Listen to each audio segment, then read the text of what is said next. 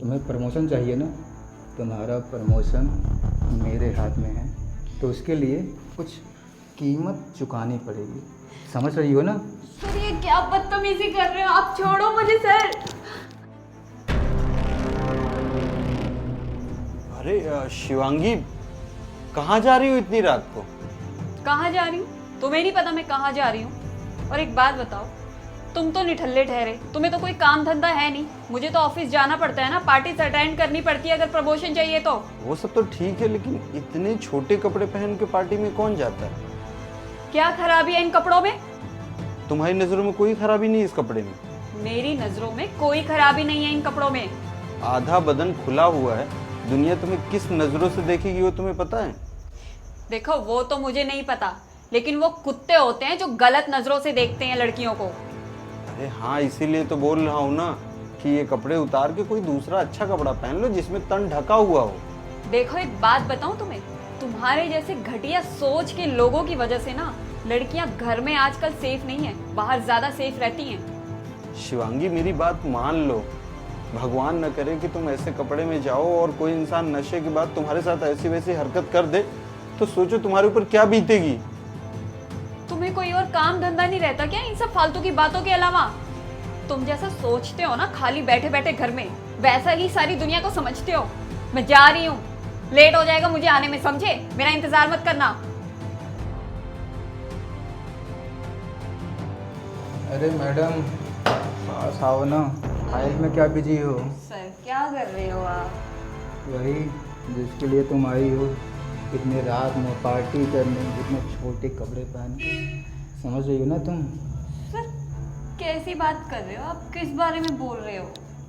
देखो, तुम्हें नहीं पता मैं किस बारे में बोल रहा हूँ। तुम्हें प्रमोशन चाहिए ना।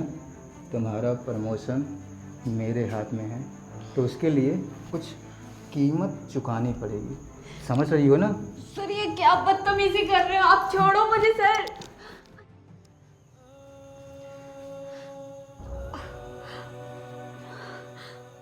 विपिन, विपिन। अरे शिवांगी, क्या हुआ तुम्हें? तुम एक बात बताओ, मैंने तुम्हें कितने सारे कॉल्स किए, तुमने मेरे कॉल्स क्यों नहीं उठाए? अरे वो आंख लग गई थी, सो गया था। तुम्हें कोई फर्क नहीं पड़ता? तुम्हारी बीवी तुम्हें रात को इतने कॉल्स कर रही है और तुम चैन की नींद सो रहे हो। फर्क पड़ता है ना। पहले ये बताओ, ये तुम्हें चोट कैसे लग गई? क्या हुआ बताओ ना।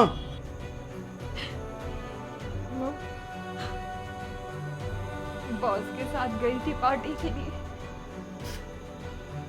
हम लोग ड्रिंक वगैरह करके ऑफिस कुछ काम के लिए चले गए थे। वहां उन्होंने ये सब तो होना ही था, इससे भी तुम्हें कोई फर्क नहीं पड़ेगा। फर्क इस आदमी को पड़ेगा।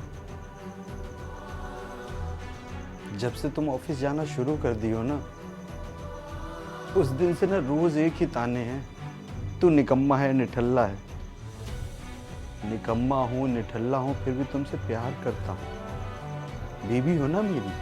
मुझे पता है कि जब भी तुम ऐसे ड्रेस पहन के जाओगी, तो चाहे रिक्शे वाला हो या फिर रोड पे कोई घूमता हुआ आशिक, गलत नजरों से ही देखेगा। लेकिन आज के टाइम पे जो आदमी रोक टोक करता है ना, वो तो पागल होता है, बेवकूफ होता है। वो लड़कियों की आज़ादी छीनता है। अरे ये कैसी आज़ादी है जिसमें शरीर का आधा अंग खुला हुआ हो और लोग गंदी नज़रों से देखें और गंदी गंदी बातें करें? जिस ऑफिस पे घमंड करती थी वहीं हादसा हुआ ना। हाँ, क्या लगता है आज के बाद तुम उस ऑफिस में काम करोगी? नहीं करोगी। पता नहीं किस बात का घमंड लड़कियों में हो जाता है।